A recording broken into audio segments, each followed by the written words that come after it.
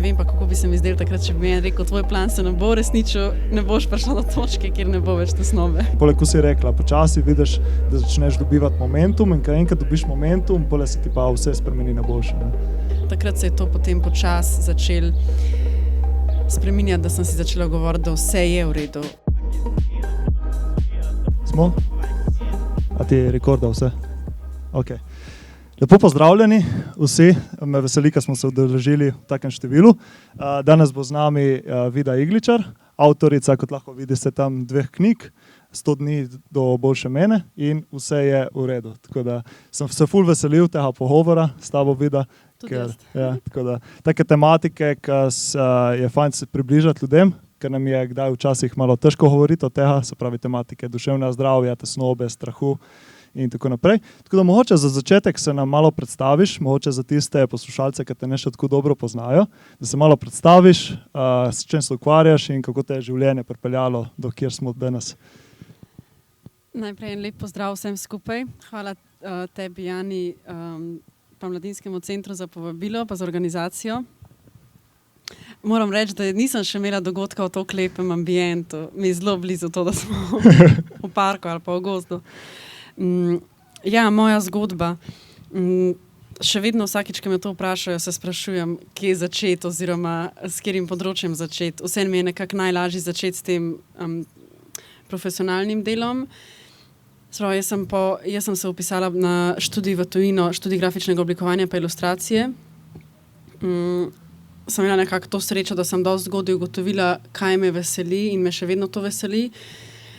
Se je pa preden sem šla v tujino, sta se zgodile 2 nenadni izgubi bližnjih in pol, ko sem gledala nazaj, sem videla, da sem že takrat na faksu zelo se zatekala v ustvarjanje, da sem polnila to praznino, ki je nastala. In pol po zaključenem študiju sem prišla nazaj v Slovenijo, se zaposlila v oglaševalski agenciji. Pol po 5 letih doživela burnout. Pol je začela nastajati knjiga 100 dni za boljšo mene, v bistvu ta izziv, ki sem ga delala na Instagramu, ko sem si rekla, malo v iskanju boljšega počutja, pa malo več zagona do stvari in aktivnosti, ki ne bi bile delo. Sem si rekla, da bom 100 dni delala eno majhno dejanje na dan, zaradi katerega bi se boljš počutila. Tako je nastala ta knjiga 100 dni za boljšo mene. Takrat sem pol tudi stopila na samostojno podjetniško pot. Pol po izidu te knjige je pa pri meni v bistvu še kot mal ena izmed posledic izgorelosti sledila eno obdobje hude tesnobe. In takrat je pa začela pol nastajati ta knjiga Vse je v redu, v kateri je pa zelo ranljivo in osebno napisana moja zgodba, stvari še iz preteklosti. V bistvu, ko sem sama raziskvala, kaj se je meni zdelo, da je vplivalo na to, da sem prišla na neki točki in do izgorelosti in pol do te tesnobe.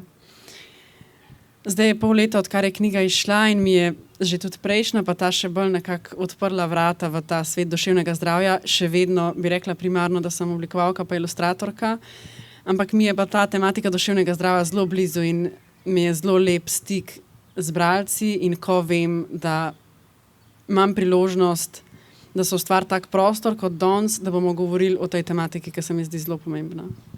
Ja, jaz zdaj zadnje 2 tedna sem preberal tvojo knjigo, ker sem se probal čim bolj pripraviti na pogovor in me je ful mi je bilo všeč tvoje pisanje, ko sem ti že napisal in predvsem kako odprto si govorila o teh stvareh, vseh teh tematikah, hkrati pa si poleg skozi pisanja pokazala vso to znanje, ki si ga dobila z leti. Lih prej smo se malo pogovarjali, kje je tista kredibilnost, ali moraš biti zdravnik, da lahko govoriš o teh tematik ali ne.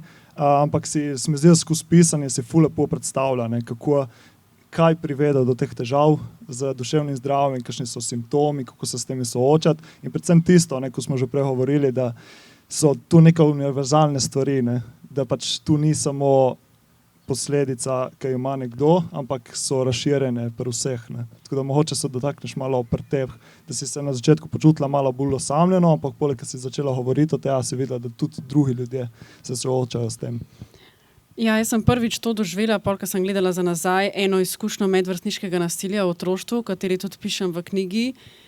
In za to izkušnjo se mi zdi, da najbolj močno vidim efekt, kaj se je naredil, ko sem jaz to 20 let držala zase, pa mogoče sem par osebam sem povedala. In kaj se zgodi, kad ti ta sram nosiš v sebi in daš na to še tišino, pa obsodbo sebe. Pol druga izkušnja s tem je bila tudi pri izgorelosti. Jaz sem se takrat ne veš točno, kaj se dogaja in en izmed pomislekov, ki sem jih imela, je bilo, kaj bo rekel drugi, kaj rečeš, ko greš na bolniško. In pol pri tesnobi je bilo pa zaradi tega, ker sem že izdala zdaj to knjigo 100 dni za boljšo mene, jaz sem se počutila boljš, kaj spet delam narobe, da imam spet neko stisko. In sem se tega sramovala. Sramovala sem se, da sem bila bolj pogumna pri 19 letih, ko sem šla v tujino in pol kar naenkrat 10 let kasneje si nisem več upala v dvigalo, nisem več upala voziti, ne bi več šla na letalo, naslednja pa korona, tako da noben ni šel na letalo. Takrat mi je bilo strah, če bi jaz nekomu to povedala, si bo vsi mislili, da sem čudna ali pa kaj je z mano narobe. In pol, ko sem začela malo to deliti sprva s kom od bližnjih, ki sem jih poznala, ugotoviš pol, da skoraj vsak ti reče, da je imel neko tako epizodo v svojem življenju, mogoče ne točno tako kot ti. Zdaj, ko sem pa jaz bi rekla, da v redu, pa mi kdo drug se zaupa, vidim, kolikrat se ljudje pri podobnih simptomih, kot sem jih jaz imela, se jim zdi, da so sami v tem in da so čudni in da bi jih vsi obsojali. In koliko nekomu pomeni, ki jim rečeš, ne, jaz sem se isto počutila. Meni je bilo tudi v nekem obdobju, strah me je bilo biti sama, ker toliko nisem zaupala vase, da bom zmogla prenesti, ali je bil to panični napad ali pa neka huda tesnoba in sem se ves čas oklepala nekoga, da sem imela neko družbo, ker mi je bilo tako lažje. In takrat sem si mislila, da sem sam jaz toliko na nek način nesposobna. In pol, ko vidiš, ko z nekom deliš in ti nekdo reče, da ima isti ta občutek, je bilo in zame zdravilno in se mi zdi, da tudi za druge. In iz tega vidika se mi zdi fino, da bi se od tega govorili čim bolj konkretno, da bi čim več ljudi vedeli, kakšni so simptomi in da ko bi se jim to zgodilo, da se jim ne bi zdelo, da so edini v tem ali pa da so čudni, ampak da bi vedeli, da če bojo spregovorili o tem, da imajo možnost takrat iz strani nekoga dobiti pa res pravo razumevanje pa sprejemanje. Tako da mogoče bi se, ker zdaj si omenila simptome, kakšni so taki, pač itak vsak se mi zdi malo drugače čuti neko tesnobo, strah, ampak tako je nasplošno, če bi lahko to opisala, to občutke tesnobe, pa kaj ti gre takrat po glavi, verjetno se bo marsikdo poistovetil s tem.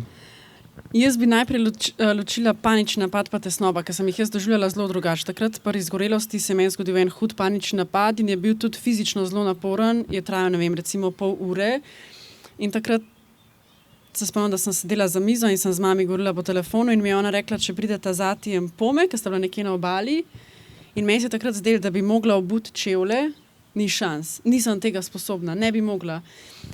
In jaz takrat nisem vedela, kaj se dogaja, pol nekje po pol ure je fizično bil tako občutek, kakor da sem pretekla maraton in sem videla, da sem se pomirila in takrat sem vedela, to je mogel biti nek napad ali nekaj, kar je minil. In panični napadi sem jih jaz doživljala zelo intenzivno, misli so mi šibale, zelo sem močno čutila srce, potile so se mi roke, pa ta mrzel pot. Medtem ko tesnoba je bila pri meni pa v nekem obdobju tako zelo vse splošno prisotna, lahko tudi čez cel dan, se pravi, ni bilo toliko teh vrhuncev, ampak skozi krč, recimo, da me je skozi malo trebuh bolel in v glavi so bile prisotne misli, a bo za skozi tako, koliko je to težko, vsega me je bilo strah, koliko sem grozna, ker me je vsega strah. Zelo te katastrofične misli, zelo vezane na prihodnost, večinoma, ne vem, kaj bo s projekti, kaj če ne bo več projektov, kaj če spet preveč delam, kaj če spet izgorim. To so se misli rolale vsak dan. In se spomnim, da enkrat, ko sem šla zaradi tesnobe v terapijo in sem terapevtki povedala za te svoje misli in ona mi je takrat rekla, da ni čuden, da sem tesnobna, če pač imam take misli do sebe in to se lahko s takimi mislimi obdajaš cel dan. Ja, ko v bistvu je težko, kadar si v tistem stanju, se težko ne poistovetiti s tistimi misli, ker so tako intenzivne in bolj ko jih čutiš, bolj ko se poistovetiš z njimi, še težje je. In bolj je rata nek začaran krog, se mi zdi. Ja, meni se zdi, da sem šele po tem obdobju tesnobe začela dojemati to, kar sem mislila, da prej že vem, da mi nismo naše misli, da misli pač misel te prešine, ampak da ni nujno, da to, kar pomisliš, da je res. Če jaz pomislim, zavedno bo to grozen, si lahko v glavi pa rečem, Ne, življenje je lepo ali pa nekaj, si izmislim ali pa je neka pozitivna afirmacija, v katero recimo takrat še ne verjamem, ampak lih to, ki je resnična, kakor tisti najbolj negativen scenarij. Ja, tega me je zelo tesnoba učila. No. Opaziti misli in opaziti, da so negativne in si v glavi reči, to je zdaj misel, ki te je prešilna in ni resnična. Ja, meni je v knjigi mi je bilo najbolj zanimivo, oziroma me najbolj tako prevzelo, ker si začela raziskovati vse te razloge, zakaj je prišlo do tesnobe pri tebi, ne? Ker tudi jaz sem tak analitičen tip in hoče razumeti stvari, tako da sem se s tem ful poistovetil, tako da mogoče začnemo s to tematiko malo neki vzroki za neko tesnobo, lahko deliš svoje, oziroma kako si lahko nek poslušalec tudi začne raziskovati, kaj so neki vzroki za njegovo tesnobo. Meni se je zdelo pol, da je najbolj pomembno pogledati, kakšen imamo mi odnos do sebe. Pa meni je to, že takrat, ko se je zgorelo začela, mi je zdravnica rekla, ja, to se je zgodilo zato, ker si bila prestroga oziroma si prestroga do sebe. Meni se je takrat zdelo, ok, to sem jaz pol že 26 let, jaz nisem poznala drugega in nisem vedela, koliko je res pomembno to, da pogledamo, kako se mi dnevno nagovarjamo sebe. Ali ko nam nekaj uspe, ali ko nam nekaj ne uspe, a se mi v glavi pol govorimo, koliko si grozna, ali pa to še vedno ni dosti dobro. Jaz sem imela tudi zelo močan perfekcionizem. In pogledati misli, kaj mi z mislimi govorimo, oziroma kakšen je ta naš notranji glas. No. To pa ugotovila sem, da je mogoče depresija tako v splošnem zelo vezana na preteklost, tesnoba pa na prihodnost. In takrat sem se začela zelo učiti opazovati misli, kdaj sem preveč skrbela za predaleč naprej. In se mi zdi, da je tudi to res, da dlje kot so misli naprej, večja bo lahko tesnoba, ker je pač še več neznanih situacij in se zavedati, da kar imam v svojih rokah je ta trenutek zdaj in recimo takrat, ko je bilo zelo tesnobno obdobje, ne moram vedeti, kdaj bo boljš in kaj bo čez 1 leto in nima smisla delati slabih scenarijev, ker pač ne vem, kako bo. Ja, kar se mi zdi največji problem, ko si že omenila pri tesnobi, je, ker si fokusira na prihodnost in najslabši možni scenarij. Ker v tistem trenutku se ti zdi res, da bo najhujše ratalo. Samo se mi zdi, saj jaz sem prišel do tega zaključka, ker si na nekem vrhuncu tesnobe in se ti zdi, da bo šlo vse na slabše, takrat je lih nek vrhunec in bo potem šlo na boljše. Ne. Samo se prepričati, da si takrat v sedanjosti, je pa kar izziv. Ne. Kaj ti je recimo pomagalo pri temu, da si se pripeljala v sedanjost? Mogoče toliko huda stiska, ker sem si toliko želela, da ne bi bilo več toliko te tesnobe in pol, ko sem brala literaturo in so tam govorili, moraš biti bolj prisoten v sedanjosti. In takrat, če bi mi dal en seznam 10 stvari, kaj naredi, da ne boš več doživljal tesnobe, jaz sem si takrat želela tega. Nikoli več ne želim biti tesnobna. Tudi v terapijo sem se vrnila s ciljem, zaključim s terapijo, z obdobjem terapije, ko ne bom več nikoli doživela tesnobe. Pol seveda ugotoviš, da je pač tesnoba eno izmed občutij, je pa, kar pa mogoče mi je takrat manjkalo, da bi mi kdo rekel, ni se pa za sprijazniti s toliko intenzivnim obdobjem tesnobe, a ne? Ker mi je dostikrat kdo rekel, moraš tesnobo sprejeti.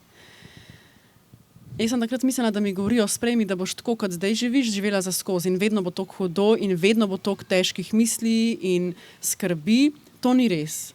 Ko je zelo intenzivno obdobje tesnobe, takrat se mi zdi smiselno delati na sebi, opazovati te svoje misli, skrbeti za fizično in duševno zdravje in boš časoma boljš. Ja, ne vem pa, kako bi se mi zdelo takrat, če bi mi rekel, tvoj plan se ne bo resničil, ne boš prišla do točke, kjer ne bo več tesnobe. Je čutiti malo perfekcionizma tam noter, ne? Ja. Poznamo to, ja. Tudi jaz. Se mi zdi, da pač bolj, ko raziskuješ te tematike, duševnega zdravja in izgorelosti in tesnobe, strahu in vse te stvari, vidiš, da so odzadaj neki vzorci, neke karakteristike ljudi, ki izgorijo, ki so tesnobni, se pravi, ko pišeš tudi v knjigi, perfekcionizem, pretirana skrb, kaj še pole, neke karakteristike ljudi. Pretirana skrb, da si preveč v prihodnosti, si malo people pleaser. Vse te stvari potem pripeljejo do nekih pretiranih misli, negativnih misli, ki pole s cajtom vodijo do depresije, tesnobe. Ja, jaz glede izgorelosti tudi velikokrat rečem, ne. Včasih kdo vpraša, kako veš, da si izgorel, ali pa koliko dela je preveč, da izgoriš. In ni težava v urah, ampak v tem, zakaj se sploh zatečeš v pretirano delo in se mi zdi mogoče malo tudi pri tesnobi se zavprašati, zakaj imaš tako željo po tem, da greš v prihodnost in v mojem primeru je bilo zelo ta želja po kontroli. In ko sem enkrat ugotovila, ali pa mogoče malo bolj razumela, ok, meni je neprijetno s situacijami, kjer nimam kontrole in v tesnobi, pa v paničnem napadu je občutek, da nimaš nič kontrole ne nad svojimi mislimi, ne nad svojim telesom in ja, meni je bilo to izredno naporno. Kaj ti je recimo pomagalo pole s časom, da si spustila kontrolo? Ne vem, če bi rekla, da sem jo čisto spustila, ampak se mi zdi, da začela dvigovati odpornost na nekontrolirane situacije. Se mi zdi, da je ključno povrniti si zaupanje vase, kar je pa časa, ne. Videti, tudi mogoče doživeti tokrat panični napad, doživeti tokrat tesnobo in videti, da vedno sem mislila, da bom umrla, ampak zaenkrat še nikoli nisem umrla, tako da mogoče ta misel ne drži. In s časom se izpostavlja tudi tem strahovom, ki se pojavijo, da jaz recimo sem imela eno tako zelo zanimivo zgodbo, kako si nisem več upala samo v dvigalo. In pa sem se enkrat soočila s tem strahom in v recimo 1 do 2 dneh me dvigala ni bilo več strah. In ko sem to takrat doživela, jaz sem se počutila, kot da sem šla na Everest. Zame je bil to toliko velik strah in toliko velik dosežek, da sem to naredila. In ko ti to uspe, s časom, s vsemi takimi malimi zmagami, dobiš nazaj zaupanje vase, da ti bodo tudi druge stvari uspele. Pa ne v smislu uspele v nekih dosežkih, ampak da boš lahko poskrbel zase in če si daš neki izziv, če si daš neko namero, da boš to izpeljal, če si tega želiš. Ja, ker se mi zdi, je kilometrina, kot pri vsaki stvari, ne, se pravi, če hočeš biti fizično v kondiciji, ne greš počasi v fitness, ne začneš na velikih bremenih, počasi in pole stopnjuješ, isto je pole z mentalnim fokusom in po mojem isto tudi z duševnim zdravjem. Jaz sem se kar poistovetil s tem, tudi recimo strahovi, ne, recimo meni je tudi po burnoutu športnem je ostal nek strah po tej izgorelosti, ne, in potem s časom, z leti, ko sem počasi šel čez ta strah, se tudi ta potem zmanjšuje. Tako da je zanimivo, ne? Tako, ne? Kaj pa recimo tudi ta druga tematika, ki jo pišeš zdaj v knjigi, je strahovi. In si tudi prišla do nekih vzrokov, zakaj si čutila neke strahove, tako da mogoče se lahko še tukaj malo ostavimo. Ja, pri meni so bili strahovi tako čist konkretni, to recimo z dvigalom in strahovi, ki so bili na te nekontrolirane situacije. Ja, in se mi zdi, da jaz bi rekla, da je bila glavna težava to katastrofiziranje, tudi perfekcionizem, ne, mogoče, da me je bilo strah, da če se bom soočila z nekim strahom, da bom ne uspela. In mogoče najtežji občutek mi je bil pa ta strah pred strahom. Tak, ki težko objasniš, ampak meni je bilo včasih, kakšne dni me je bilo vsega strah. In o vzrokih, jaz bi rekla, da se je začelo v otroštvu. Pri meni je bilo zelo to, da so bile pohvale, ki sem jih prejela zelo vezane na delo in potem sem tudi svojo vrednost zelo pogojevala z dosežki. In se mi zdi, da nekako na dnu me je bilo strah delati napake, strah, da bom recimo ali spet obrekovana, da bo spet ta občutek zavrnjenosti in po moje tudi na koncu dneva to, da boš čuden, da boš nesprejet, da boš neljubljen. Kaj si bodo drugi mislili, ne? Ja. In tako naprej. To se mi zdi, da je ful, ja, težava. Kaj si bodo drugi mislili od nas, ko smo tako kondicionirani na strani drugih, ne? In se mi zdi, dosti stvari, ko pole začneš raziskovati, dosti izvira iz otroštva, najstništva, kadar se ti razvijaš, možgani, pole se tam tudi začnejo neki vzorci, ne? In kaj si potem, verjetno skozi psihoterapijo se začela raziskovati te vzorce? Ja, meni je psihoterapija na tem področju zelo pomagala. Se mi zdi, da je bila pomembna tudi ta želja po samorefleksiji, to, da sem pisala dnevnik in tako, kot si rekel zase, si analitičen tip. Jaz sem tudi vedno bila, se mi ne zdi vedno nujno razumeti vse, kje se je nekaj začel, pa vse za nazaj z otroštva, ampak jaz sem taka, da mi pomaga, če znam razumeti korake, kako je do nečesa prišlo in ja, mi je psihoterapija in razumevanje za nazaj, pa tudi pol pisanje knjige, ker sem skozi pisanje sem mogoče enih stvari spomnila, jih naslovila malo drugače in so tudi skozi pisanje se mi zdi, da ene zgodbe malo začele izgubljati toliko čustvenega naboja. Ja, ka pisanje vidim recimo tudi pri sebi, jaz tudi ful rad pišem in se mi zdi, da je tako terapevtsko, ne? pač tudi pisanje pole za druge, ne, v obliki ali blogu ali tvoji primeri knjige, ne, in poleg, kad dobiš tudi neko pohvalo nazaj, oziroma če se ljudje vidijo v tem, verjetno še toliko bolj terapevtsko deluje.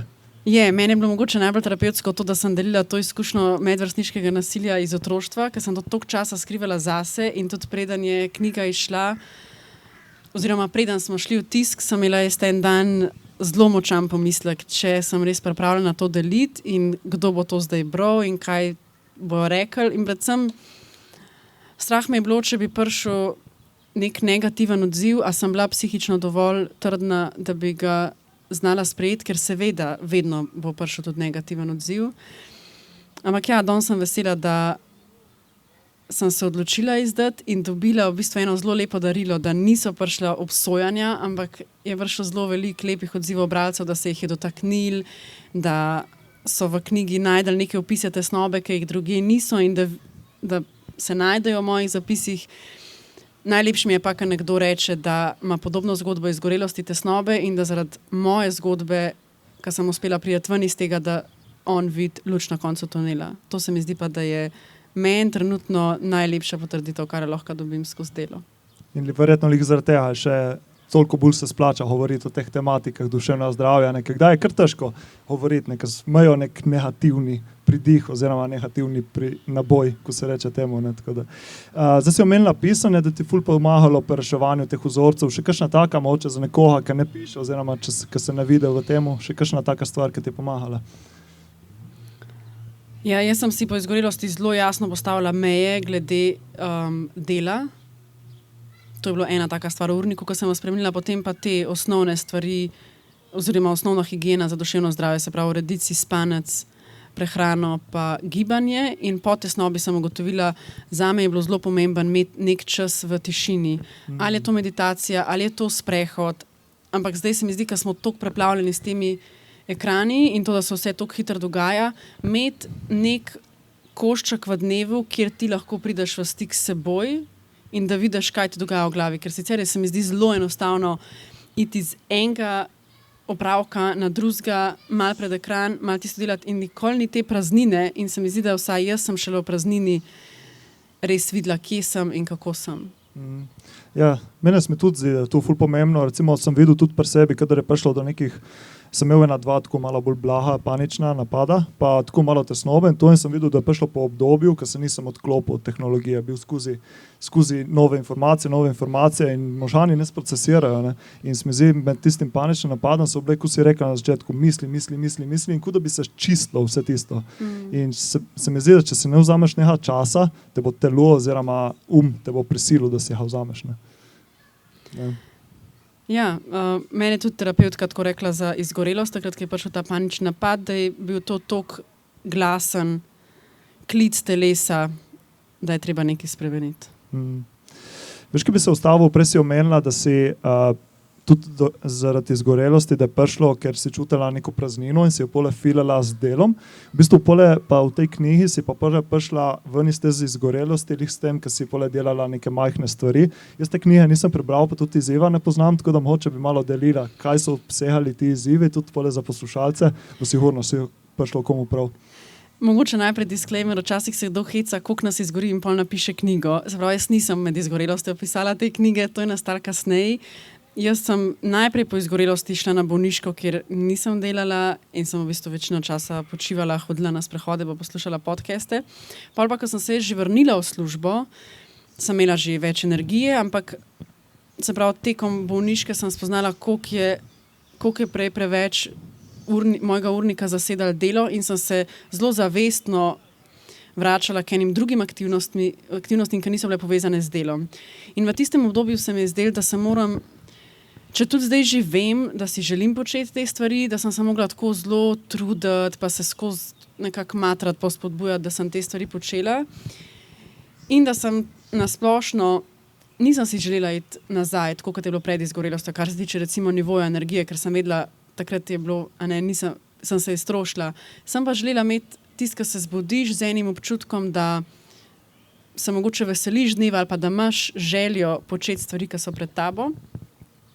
In takrat sem si zelo tako v svojem stilu zadajanja nekih ciljev rekla, da bom 100 dni delala en majhen korak v smeri boljšega počutja. To sem jaz takrat objavljala na Instagramu, predvsem zaradi tega, ker sem vedela, če to pred nekom rečem, jaz bom zdaj to 100 dni počela, da če mi bo nekdo čez 10 dni rekel, kaj pa zdaj s tem, in ne bom več delala, da mi ne bo prijetno.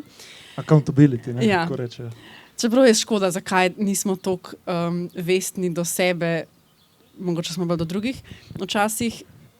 No in zraven sem si pa vsak dan postavila 3 vprašanja. Kaj sem tisti dan naredila bolje, če se je kdo zaradi tega boljš počutil in če je to dejanje mi prineslo kakšna nova spoznanja.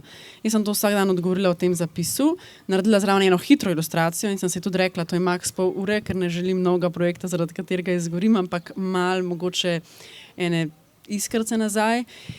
In jaz sem teh 100 dni delala res majhne stvari. To je bilo recimo včasih, da sem nekoga pohvalila ali pa da sem se odločila za nek zdrav obrok namesto za hitro prehrano. Pa vem, da en dan je bilo, da sem se vrnila v rutino joge, čeprav v resnici, kar sem naredila, je tisti dan sem si kupila neko e-knjigo za jogo in tisti dan sem delala jogo. In sem si v tistih 100 dneh, se mi zdi, da so te mali koraki začeli sprožati eno večjo spremembo. Ena izmed večjih je bila ta, da sem pol pustila v tistem obdobju službo. Spoznala sem partnerja in kar mi je bilo pa glavno, se mi zdi, da sem se res na koncu teh 100 dni počutila dosti boljš telesno in duševno. In rekla bi, zdaj, ko gledam nazaj, če bi hotela nekako prenesti ta izziv nekomu, kako naj se ga loti, bi rekla, da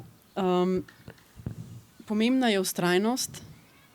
Če boš ti si zadal nek namen za 100 dni boš nekaj delal. Jaz sem prepričana, da se bo v 100 dneh veliko stvari naredili. Pa to je lahko, ne vem, da si rečeš, bom 100 dni ali športu, bom 100 dni meditiral, ali bom 100 dni se zvečer zahvalil za 3 stvari, za katere sem hvaležen. Nekaj majhnega, ampak če boš vztrajal 100 dni, po 100 dneh se bo siguren poznal rezultat. In drugo je mogoče ta refleksija, ki sem jo takrat delala skozi ta vprašanja. To zadnje vprašanje, kaj, če mi je to dejanje prineslo kakšno spoznanje, to me je, se mi zdi, da avtomatsko napeljalo, da sem malo pogledala čez dan, s čim sem zadovoljna, a z nečim nisem zadovoljna, a lahko jutri naredim nekaj drugače, nekaj boljš in kad ti 100 dni se sprašuješ, a si zadovoljen s tem, kako preživljaš svoj dan, prideš, se mi zdi, do zelo velik, lahko čist malih uvidov. Danes sem se boljš počutila, ker sem šla na sprehod, danes sem se boljš počutila, ker sem, zgodaj vstala. In če to začneš ponavljati, če si eno rutino vpelješ za boljše počutje, sem prepričana, da bo po 100 dneh opazna razlika. Kar je bilo pa pol, sem si jaz to knjigo želela, že takrat, ko sem to objavljala na Instagramu, so mi sledilci pisali, da jim je bilo zanimivo to spremljati in da so se eni že sami lotili izziva in jaz sem si želela, da bi skozi knjigo, ko bi nekdo bral moje zapise in mogoče dobil ideje za teh 100 malih korakov, so zraven pol prazne strani za bralca, da odgovarja tudi sam ta vprašanja. Meni je bilo vedno všeč ta priročniški del knjig, tako da tudi v tej vse je v redu, je par noter vaj, ker je meni bilo kot bralki vedno fino, če nisem sam prebrala knjige, ampak da me je knjiga povabila, da sem naredila neko spremembo, ne samo v glavi, ampak tudi dejansko. Ja, če ne samo nabiraš znanje in tisto znanje pole ne pretvoriš v prakso in v bistvu tisto znanje je ti ne pomaga nič, ne, če ne in je fajn mi zdi, če imajo neke knjige, tak, oziroma ko imaš ti, ne, da pač te vodijo pole skozi neke delovne naloge, da lahko pole tu vključiš noter v tvoje življenje. Ne. Pole, ko si rekla, počasi vidiš, da začneš dobivati momentum in ko enkrat dobiš momentum, pole se ti pa vse spremeni na boljše. Ne. Tako da, ja, zanimivo. Zdaj si omenila tudi partnerski odnos in tudi v knjigi in pole podcasti, ki sem poslušal, ful omenjaš, da ti je ful pomagal zdaj partner in tudi lahko poveš, kako je prvo prišlo ime knjige, od kje je prišlo to, pa me zanima pole v bistvu pomen tudi partnerskega odnosa. Ja, moj partner je zelo umirjen, o tem so vsi različna. In se mi zdi, da je bil on s svojo mirnostjo v tistem tesnobnem obdobju imel kar pomembno vlogo. Jaz sicer nisem njemu vsakič govorila, ker sem bila tesnobna, to mi je zdaj mogoče zanimivo gledati za nazaj, ampak vem, da takrat se mi je zdel, če mu bom vsak dan govorila, tesnobna sem, enkrat me bom imel dosta, ne. Tako sem mu pa malo manjkrat to povedala in ko sem mu, je on ponavadi tako odreagiral, da je rekel, ne, pač vse je v redu. In ko je on to s tako mirnostjo in gotovostjo rekel, sem jaz njemu verjela. sem jaz tam njega videla in sem rekla, ok, njemu se res zdi, da bo vse v redu, vse mogoče ima prav. In bolj na neki točki sem si želela, da bi ne bila odvisna od teh njegovih pomiritev, ampak bi sama sebi lahko dala ali pa rekla nek stavek, ki bi me pomiril. In tako je prišel najprej stavek, vse bo v redu, polk sem pa začela ugotavljati, koliko se tesnoba rojeva, ker smo z mislimi preveč v prihodnosti. Takrat se je to potem počasi začelo spreminjati, da sem si začela govoriti, da vse je v redu. Kar sicer, se mi zdi takrat, ker sem bila v zelo tesnobnem obdobju, če bi si rekla, vse je v redu, ne vem, če bi bilo toliko smiselno, ampak boljš, kad sem se počutila, se mi zdi, da se je začel dogajati ta premik od tega, da sem si želela, da bo enkrat vse v redu, da sem začela opažati, se mogoče pa počasi je v redu tudi sedanjost, v kateri živim. Ja, to ful pomaga. Recimo jaz pred kratkim sem se obdal z nekimi ljudmi, jaz sem tudi tak pač malo preveč strog do sebe, perfekcionist, ampak poleg vidiš, ko se obdaš z ljudmi, ki so malo nasprotje tebe, ki so malo bolj chill out, malo bolj vse v redu, vse malo bolj na chill, se ti nekaj spremeni, ali je tisto energija njihova, ali so misli, ki ti ustvarjajo, je pač nekaj se ti spremeni, tako da rabiš tudi malo se obdati s takimi ljudmi, tako da tisto me je bilo zanimivo, ker si omenila partnerja, pa ful je verjetno tudi ljubezen je zdravilna za vse te duševne zdravje. Sigurno, tudi in imeti varen, stabilen odnos in z nekom podeliti vsega tega, kar te je sram in videti, da ta oseba še vedno ostaja s tabo, čeprav te je bilo strah, da če boš povedal za nekaj najbolj groznega, da bo šel, ampak ugotoviš, da odnosi se ne končajo zaradi teh stvari. Se mi zdi, da vsaj v moji izkušnji se prej povežeš. Je pa res, da ni pa vedno vse samo rožice. Biti z nekom, ki je zelo tesnoben, ima tudi svoje minuse. Vem, da jaz sem velikrat, midva sva vedno rada hodila v hribe in meni pa na neki točki sem zelo rada imela točno splaniran, kam greva v hribe, da sem vse točno vedela, kakšna je pot, da sem se pripravljala naprej in vem, da njemu je bilo to tako, on je pa bolj rad spontan in to je zdaj ena taka mogoče banalna stvar, ampak pride tudi do težjih trenutkov, ko si v takih stvarih mogoče različen, ampak recimo, da na dolgi rok bi pa vse rekla, ja, v mojem primeru meni je bilo fino, da sem imela ob sebi nekoga, če tudi me ni vedno razumel, ker ni imel s tem izkušenj, je bil pa miren. In to se mi zdi, da mi je zelo pomagalo. Zdaj si že parkrat omenila to kontrolo oziroma željo po kontroli, kar se poistovetim, tudi jaz moram biti vse perfect kontrola in to. Kaj ti je recimo pomagalo pri temu, da si bolj spustila? Ali je bil to sam pač nek proces učenja, ali so bile prav kakšne take tehnike, prav neke misli, ki so ti pomagale? Kaj? Jaz bi rekla proces učenja in čim več izkušenj dobiti, kjer nisem imela stvari v svojih rokah in so se stvari razpletle v redu in sem pa začela ugotavljati, sem šla, ne vem, na ta hike, bilo me je strah, kako bo in na koncu je bilo v redu. Ali pa včasih, ko sem se prepustila, ker že nisem imela več mogoče toliko tesnobe in sem videla, da so se razpletle stvari boljš, kot bi si jaz kadarkoli mislila. V moji glavi je bilo, to bo grozno, to bo slabo in pol so se zgodile dobre stvari, recimo tudi kot s knjigo. Pred izidom je bilo mene strah, kdo bo to bral, kva se bo to ljudem zdel, jaz sem čudna, zakaj sploh ona piše o tem. In pol se je zgodilo to, da je ta knjiga zdaj že več mesecev na lestvici najbolj prodajanih knjig, jaz si tega v nobenem scenariju nisem zamislila. Jaz sem si želela, da ne bo preveč slabih odzivov. Nisem se pa takrat pomislila, kako ti bo pa, če bojo odzivi dobri. In se mi zdi, da s takimi izkušnjami, ko spustiš stvari od sebe, ko veš, jaz imam recimo pri knjigi, imam kontrolo nad tem, kako pišem, kaj delim, kaj ljudje naredijo s to knjigo, pa ni v mojih rokah. In da sem si čim večkrat najprej na manjših situacijah, kot je bilo recimo v tistih najbolj tesnobnih dni, sem jaz recimo, če bi šla v mesto, sem hotela iti vedno po isti poti. In da sem enkrat pa se toliko boljš počutila, da sem rekla, bom danes naredila malo tam ovink okrog, pa bom šla malo drugje. In pol delaš take male korake, kjer se pomal spuščaš v cono neznanega in mogoče neudobnega in ko vidiš, da preživiš, pa da je bilo pol vse v redu, si mogoče naslednjič pa še malo bolj. Se mi zdi pa, da mi je pomagalo tudi to vedeti, da ni rešitev v kontroli. Meni se v tistem obdobju tesnobe zelo najprej zdelo, da imam toliko tesnobe, zato ker nimam dovolj kontrole. In da pol ugotoviš, da ni rešitev v več kontrole, ampak je rešitev v biti ok s tem, da niso stvari v naših rokah, kar pač v življenju niso. A ti je recimo pri tem spuščanju oziroma prepuščanju pomagala tudi ki vera? Vem, da si v knjigi pišeš, da si verna oziroma si bila kot mala, a mogoče tudi leki povezave?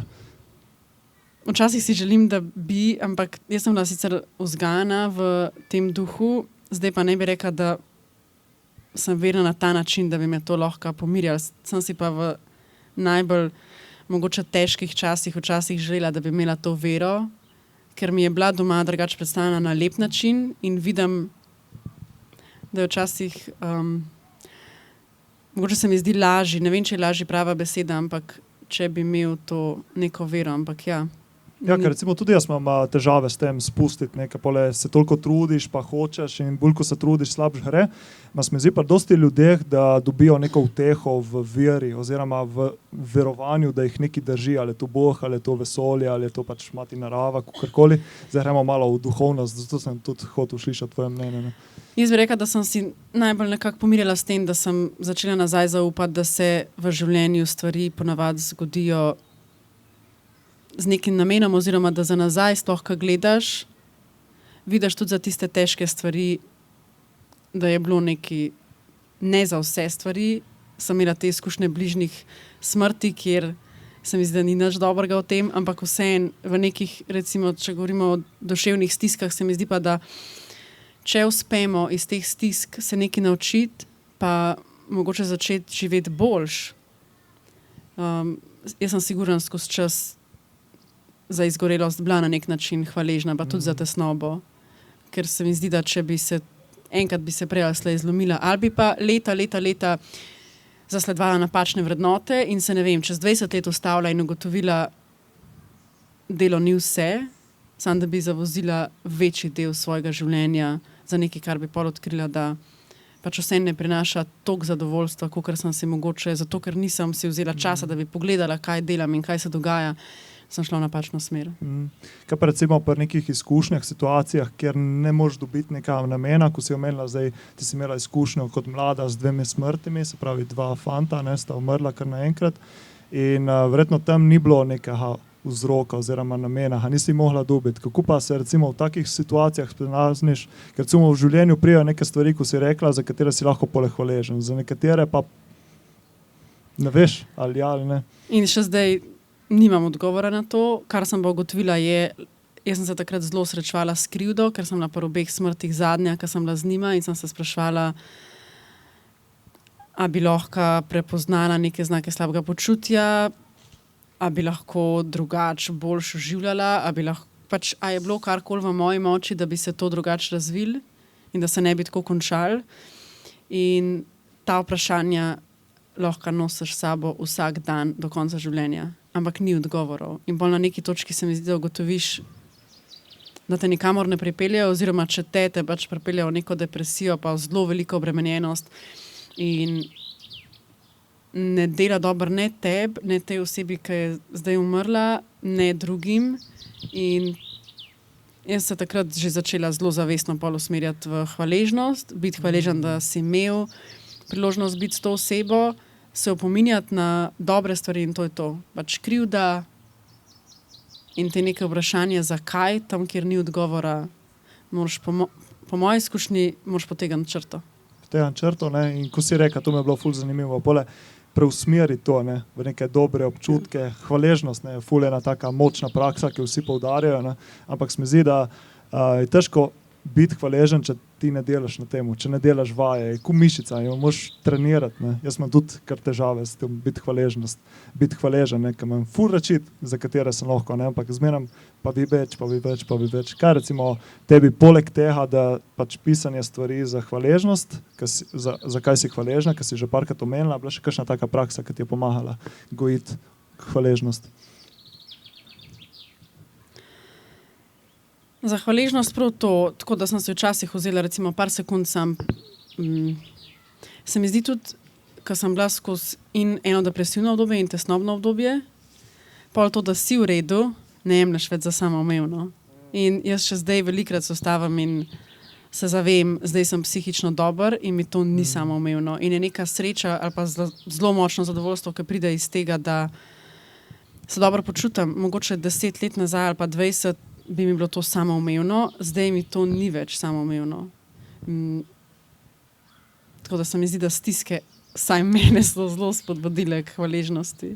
Ja, pa meni je bilo recimo zanimivo tudi v knjigi, ne, ker si omenila, da v bistvu stiska te pripravi, da živiš v trenutku. Ne. Ker pole pomisliš in je res, ne, kadar si res pripravljen biti tukaj in zdaj, si res tukaj in zdaj, ne obstaja ne prihodnost, ne preteklost. Ne. To mi je bilo recimo ful zanimivo. Ne.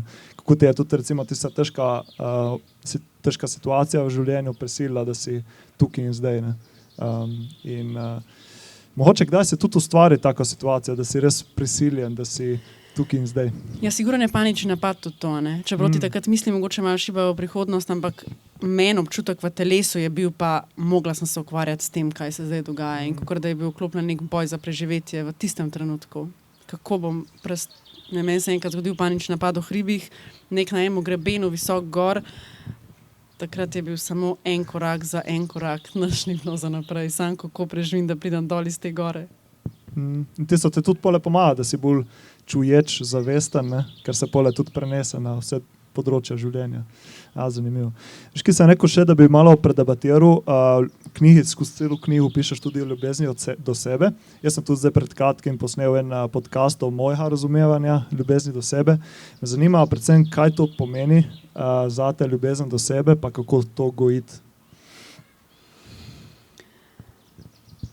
Jaz bi rekla ta skrb zase in prvošati si dober. Jaz še pogledam za nazaj, veliko je bilo faktorjev, kjer zdaj vidim, da v resnici nisem prvošla dobra. Ne? Če sem bila prej recimo v zvezah, kjer odnosi niso bili lepi, je pa moje zaradi tega, ker ne vem, si nisem predstavljala, da sem vredna lepega odnosa in seveda se želiš v enem ljubezenskem odnosu počutiti dober.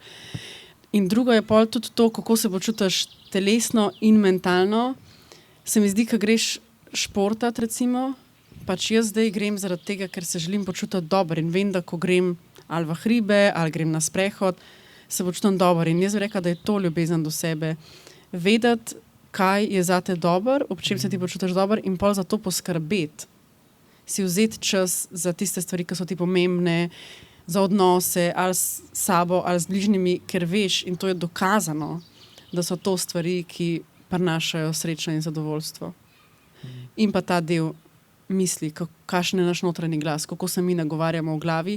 Velikrat si rečem, ali pa komu drugemu rečem, ti lahko delaš vse te stvari za duševno zdravje, redno športaš, zdravo ješ, dobro spiš, meditiraš, ampak če ti ob vseh teh aktivnostih si govoriš, ali mogla bi še več, to ni dost, zakaj si pa to naredila? Po mojem se skoraj malo zbriše efekt vseh teh stvari, ki bi jih delal in se mi zdi res pomemben, kje smo mi z glavo čez cel dan, ker tega časa je veliko, kako se mi nagovarjamo v glavi. In eno je, da čisto poskrbimo fizično za stvari, ki vemo, da so dobre za naše počutje, druga je pa to, kaj je nevidno, kaj vemo samo mi, kaj nam dogaja v glavi. In s kakšnimi mislimi gremo spat in s kakšnimi mislimi se zbudimo. In ko pišeš v knjigi, oziroma smo skozi pogovor že malo menjali, se pravi prvo se zavedati misli in jih potem verjetno počasi spreminjati oziroma zamenjati tiste slabe misli z dobrimi mislimi. Ne? Kako bi nekomu recimo svetovala, kako se lotiti na tej poti? Jaz bi prvo rekla opazati, ja. Se pravi, da sploh veš, a moj notranji glas, a jaz sebe vzpodbujam, a sem jaz do sebe prijazna, ali se jaz skozi grajam. In ne vem, je cilj, da si zdaj skozi zelo spodbudna do sebe, ampak se mi zdi pa sigurno pomembno, da nisi pa sam sebi največji sovražnik. Ja, ker včasih moraš tudi malo bolj na trdo, ne? Ja. Pač če ti nekaj ne greja, pa se ti ne da, moraš malo tudi na tak malo bolj hrob način, tako malo. Ne? Ampak verjetno mora biti vse v nekem razmerju, nekdaj pa biti bolj ljubeč do sebe. Verjetno oboje, ne? Ja, pa če bi rekla, sigurno neko obtoževanje in sram in si delati pritiske, pa ne biti ponosen nase, ko naredimo nekaj dober, nima smisla. Zdaj smo kar dosti tematike predelali o tem duševnem zdravju. Mogoče zdaj se mi je pojavilo vprašanje, kaj recimo zate pomeni tako duševno zdravje in katere so glavne stvari za več duševnega zdravja, recimo. No. Zdaj si ambasadorka duševnega zdravja, kaj bi bilo recimo glavno sporočilo? Ja, jaz bi vedno podarim te 4 stvari, kar rečem osnovna higiena. Se pravi poskrbeti, da dobro in zadost spimo. Ne rada govorim o številkah, ker se mi zdi, da ima vsak neke svoje rutine ali pa ve, koliko spanja on potrebuje. Tudi jaz pri spanju vidim, da je en tak kriterij. Če bom začela slabo spati, če se po noč zbujam, če nimam urejenega bioritma, po vsej verjetnosti nekaj ne štima. Ali imam preveč stvari, ali si ne vzamem časa zase in preveč hitim, se bo na spanju hitro pokazalo. Drugo je prehrana. Spet se mi ne zdi smiselno govoriti o kakršnih koli smernicah. Če ti zase veš, kaj tebi deluje, katera hrana ti deluje, koliko hrane, ob katerih urah, to vse so pa, se mi zdi, jaz nekako verjamem to zmernost pri vsem. Gibanje, kar jaz sem tudi leta skozi recimo osnovno pa srednjo šolo trenirala ene stvari, ki mi sploh niso bile všeč v resnici, ampak mi je bila mogoče všeč ideja o tem. In se spomnim pa šele, ko sem prišla v stik z jogo, sem bila prvič, jaz v tem uživam. Tako da se mi zdi zelo pomembno pri gibanju to, da najdemo obliko gibanja, ki nam je všeč. Se pravi, da se nam tudi enkrat ne bo treba toliko truditi, da se spravimo, ne vem, meni recimo tek tak, zelo dobro poteku počutam, ampak to meni ne pride spontano, tako da se moram zelo motivirati, da grem med tem, da gremo v hribe ali pa da grem na kolo, grem z veseljem in vem, kdaj mi telo pokaže, da rabim gibanje, in potem je ta čas za tišino oziroma za nek stik s seboj, pa odnosi. To se mi zdi pa, mogoče jaz v odnosih ne govorim toliko, zelo se osredotočam na te stvari, za katere se mi zdi, da jih imamo v svojih rokah, ker se mi zdi, pri odnosih je tako, tudi kakšen odnos se konča, ali so z družinskimi člani, niso vedno dobri, pač niso odnosi vedno odvisni samo od nas. Mi smo lahko dobri do drugih, do sebe, ampak ne bojo vedno odnosi nujno odražali mogoče, koliko smo mi dobri. In se zato jaz osebno se rajš podarjam pomen teh stvari, ki se mi zdi pa, da imamo vedno. To, da bomo si vzeli čas za šport ali pa da bomo dobro spali, da si bomo vzeli čas za tišino, to so stvari, ki so vedno v naših rokah. In so odvisne, v večini primerov seveda so izjeme, ampak so ponavadi odvisne od nas. Spet je ono, kaj imaš kontrolo in kaj nimaš kontrole. Ja. Kako recimo ukorporiraš v tvoj dan čas za delati nič oziroma za tišino, da ti pole pomaga za duševno zdravje? Kaj recimo tebi pomaga? Bi rekla, da imam neke formalne in neformalne stvari, se pravi, če bi rekla formalne meditacija, boljš kot manj sem disciplinirana glede meditacije, ampak se trudim, ker vem, da je blagodejno, sploh če redno meditiram. Če bi se lahko samo na hitro ustavili pri meditaciji, ker se mi zdi tak pojem, se mi zdi zmerno bolj sprejemljiv, samo še vedno je napačno razumljen. Se pravi, meditacija ni to, da kadar ti meditiraš, da bi mogel biti brez misli. Ja. Ampak, če malo razložiš ta... Tudi jaz sem sigurno kdaj mislila, da meditacija pomeni, da se usedeš in je cilj, da ne misliš.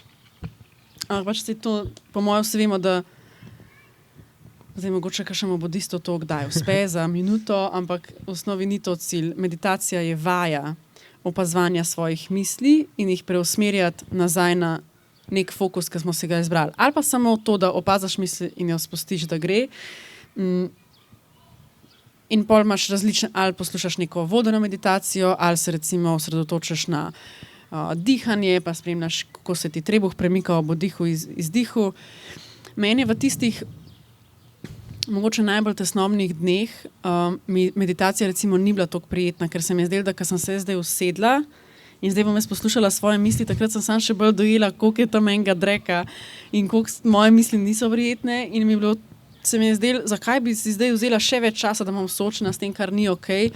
Je pa res, da takrat jaz ne vem, če sem se zavedala recimo pri čuječnosti, pravijo, da sta dva vidika. Eno je biti prisoten v sedanjosti, drugo je pa biti prisoten brez obsojanja ali pa brez želje po spremembi. In tega dela, da bi jaz samo opazvala svoje misli in jih ne obsojala, spet si tesnobna, zakaj si toliko tesnobna, zakaj imaš toliko strahu.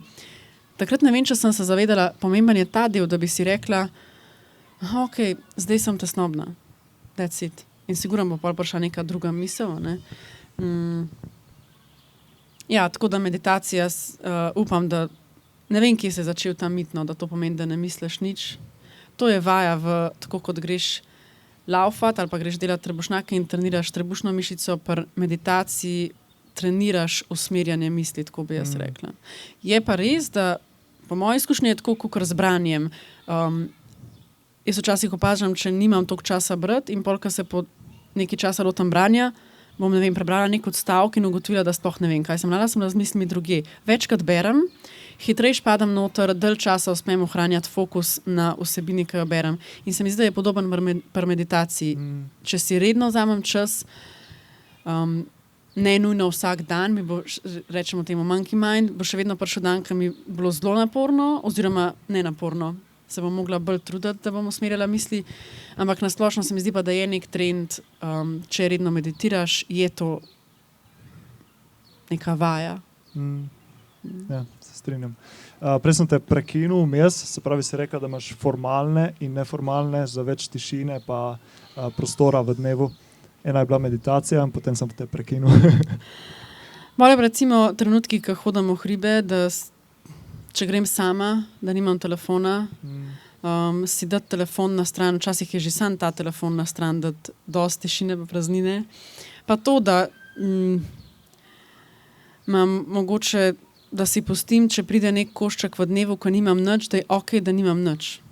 Pač, ne vem, ali gledam malo gozd, ali grem na nek sprehod, ali nekaj, da ni, ker vem, da sem zelo storilnostno naravnana in imam rada zorganiziran dan, da če pridejo neki trenutki, ko pa ni tega, da na ta način, da sprejemam to, zdaj pa nič ne delam, pa bom sam tukaj malo sedela mogoče, da malo treniram biti okej s tem.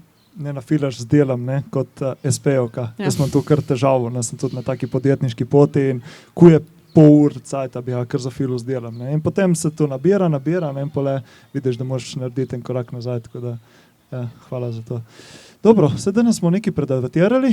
Zdaj za konc preko damo še kakšno priložnost za vprašanje gostom, oziroma poslušalcem, ti si gostja danes. V bistvu za vsakega gosta na koncu podcasta imamo 2 vprašanji. Kaj zate pomeni dobro počutje, pa 3 nasveti za več dobrega počutja. Jaz bi rekla, po tem, ko sem izkusila in depresivno obdobje in tesnobno obdobje, bi bila definicija dobrega počutja to, da sem notranje mirna, spravo po vsej verjetnosti odsotnost neke pretirane tesnobe, pa da imam zagon za stvari, ki jih počnem, pa neko voljo do vsega, do nasplošno življenja, do dela, do ljudi, do odnosov, se pravi na nek način odsotnost depresivnih simptomov. In ni vsak dan tak in tudi ni mi cilj, da je vsak dan tak, seveda pride tudi tesnoben dan, pa dan, ki me prične nekaj negativnega ali pa se počutim ne toliko dober, ampak da nasplošno je pa čim več teh dni, ki vem, da čutim nek mir, da ko grem spat, sem mirna, ko začnem dan, pa čutim eno voljo ali pa eno zanimanje do stvari, ki se mi bojo zgodile čez dan. Tista notranja iskrica, ne, ko bi lahko rekli. Top. 3 nasveti, kako bi jih lahko strnila. Prej smo že govorili malo o duševnega zdravja, verjetno so podobni nasveti, ali bi dala kakšne druge?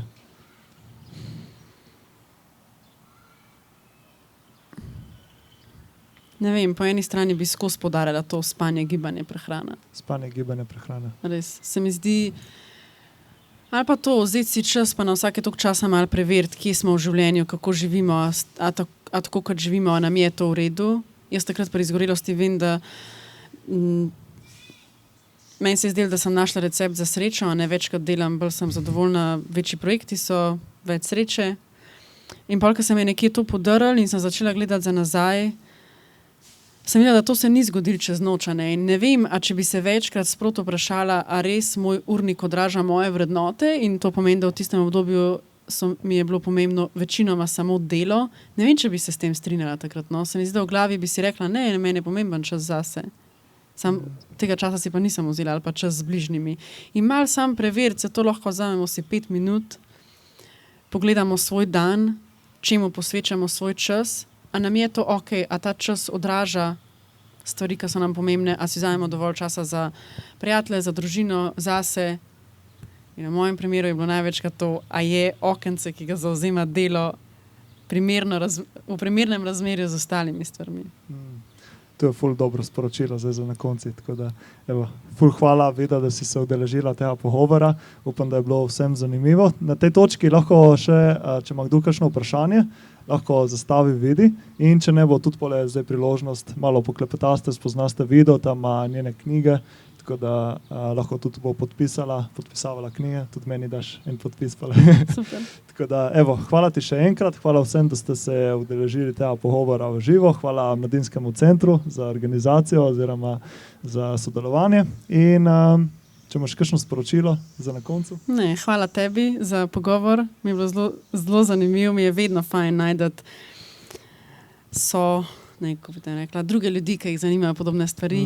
In ja, če ima kdo kakršnokoli vprašanje, lahko zdaj, lahko pol osebno. Sem vesela vseh, ki ste prišli in poslušali. Ja. Ja? Vprašanje je bilo, če bi zmogla skozi vse te težave brez psihoterapije.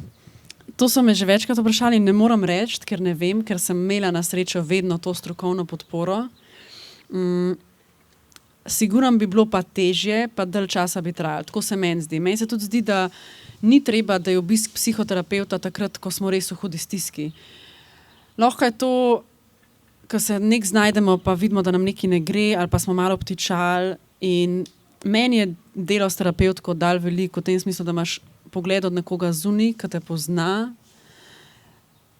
in ti je tam v oporo. In meni je tudi še trenutno recimo ne obiskujem psihoterapeutke, ampak vem, če bi prišlo neko obdobje, vem, koga poklicati in ona žive vse za nazaj, se pravi, mi ni treba razlagati, kdo sem in kaj vse se dogaja. Pridem tak ne in takoj začneva lahko se pogovarjati, kaj se takrat dogaja. In tudi jaz sem včasih jaz sem hodila pač k njej na par takih daljših obdobij, takrat pri izgorelosti pa pol pri tesnobi, ampak včasih sem šla pa tudi k njej, recimo, da so se enkrat dobili ali pa enkrat slišali. Jaz sem nekaj zapaničarila, nekaj to ne bo v redu in me ona v enem srečanju recimo pomirila, pa reka, ne, videli, to je tako pa tako, deli to pa to in bo vse v redu. In meni je zelo pomagalo to imeti eno tako strokovno podporo, pa da nekdo te tam malo lahko počekira, kako si. Sem prepričana, da grejo ljudje tudi čez take zgodbe brez take strokovne podpore. Bi pa rekla, da po moje teži, pa vsem pa prvošam, da imajo podporni sistem tudi doma, v idealnem primeru pa, da bi ga vsi imeli dostopnega tudi v obliki psihoterapije. No. Moja želja je, da bi bilo to tako, kad imamo, ne vem, zobozdravnika, ne? Pač, če vse v redu z zobmi, ne hodaš tja, kad te boli zob, veš, koga poklicati in pol ti tudi ta strokovnjak pove, evo, rabimo, ne vem, še 5 obiskov ali pa danes zrihtamo, to je vse in da bi bilo to zrihtano zavarovanje. Ne. To bi bilo ful dobro. Recimo, lani poleti smo imeli pogovor, podcast z Urošom Perkom in on deluje v bistvu na področju duševnega zdravja za športnike. In tudi on se prizadeva z vsem tem delom, da bi bila pač psihoterapija, športni psihologi, da bi bili vključeni, tako kot so vsi ostali zdravniki vključeni v šport. Ne. In to se mi zdaj ful pomembno, tako da strmiš k temu. Ne. Mogoče meni se je zdaj pojavilo eno vprašanje, kako zbrati psihoterapeuta. Ker to je kar govori z ljudmi, je zmeraj težk korak, ker ne veš, da se boš poklopil s to osebo, ker v bistvu za psihoterapijo rabiš se pokonektati. Nasplošno za govoriti o duševnem zdravju, rabiš neko zaupanje do osebe. Jaz, odkar sem štartala knjigo, sem takrat začela tudi podcast in zdaj sem za namere podcasta sem šla snemati epizodo, v kateri sem rekla, da bom prav to odgovorila, kako izbrati terapeuta, na kaj biti pozoren. In šele takrat sem pol pisala par drugim psihoterapeutkam, a je nek nabor, nek seznam terapeutov v Sloveniji, kjer res lahko te linke podelim. In ker sem šla izgledati te linke, to je tako po 200 terapeutov. Vse, kar imaš od njih, je ena sličica, velikih takih, ki si mislim, joj. In pol vse, kar piše, je ne vem, kakšno ima izobrazbo in jaz zdaj zase vem, ker sem se malo zanimala te študije, mogoče znam malo umestiti, ta študij traja, ne vem, 3 leta, to je 2-letni, to je 6-letni in znam malo mogoče oceniti, kjer študij pomeni mogoče primerno izobrazbo, ampak to je pa včasih vse, kar veš od terapeuta in takrat sem šele videla, wow, da bi nekdo zdaj nima nobenega kontakta in zdaj gre na splet iskati terapeuta, res mora biti težko, tako da meni se zdi pomembno oziroma tako, če povem, kako sem jaz začela. Prva je bila pri meni otroška in mladostniška psihiatrija, takrat že pri 16 letih. To je bilo zato, ker je bila lokalna in pa sem šla k njej, ampak sem imela zelo dobro izkušnjo. Pol kasneje je bilo pa tako, da je od ene prijateljica imela en zelo podoben ljubezenski odnos, ki ni funkcioniral in ona je hodila k eni terapevtki in rekla, meni ona zelo pomaga. In sem bolj jaz tudi njo klicala, ona je bila, takrat ni sprejemala novih klientov in mi je pa eno drugo priporočila in tako sem jaz prišla do svoje terapevtke. Zdi se mi pomembno, da ne obupamo, če gremo do nekega terapeuta in se nam zdi, da nam ne funkcionira. Kar bi jaz rekla, da ne funkcionira. Terapeutu je treba zaupati.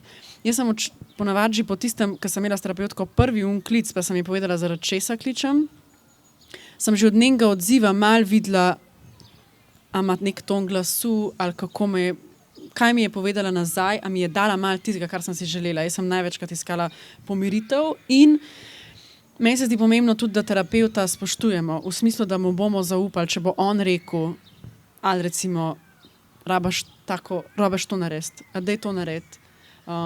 Sicer zdaj terapeuti delujejo drugače in ne dajo toliko nasvetov, eni bolj, ampak pač da tudi recimo, če bi terapeut na neki točki, takrat je meni bila prva terapeutka tista, ki je rekla, da gre za izgorelost in da je smiselno, da grem na bolniško, da pač, če nam to reče en terapeut, da mu pol zaupamo, ne da si mi mislimo, da vemo več o nekih strokovnih stvareh.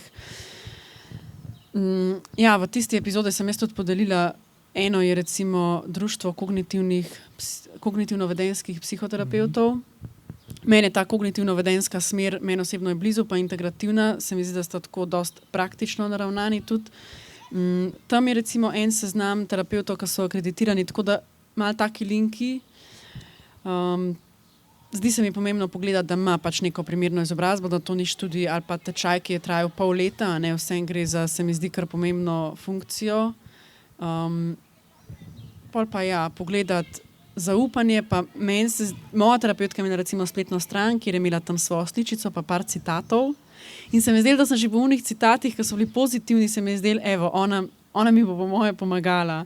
In malo pa, ja, zaupa tudi temu notranjemu občutku, kdo se nam zdi, da nam bo lahko pomagal, pa malo tudi vedeti, kakšni smo. Hočemo nekoga, ki je bolj stroga, nekdo, ki je bolj podporen, ljubeč.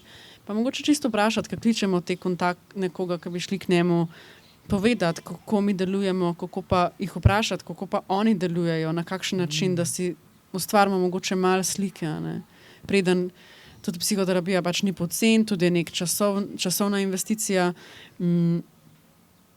Ja, se mi zdi, da imamo to pravico malo potipati prej, preden se odločimo, da gremo k nekomu. Super nasveti.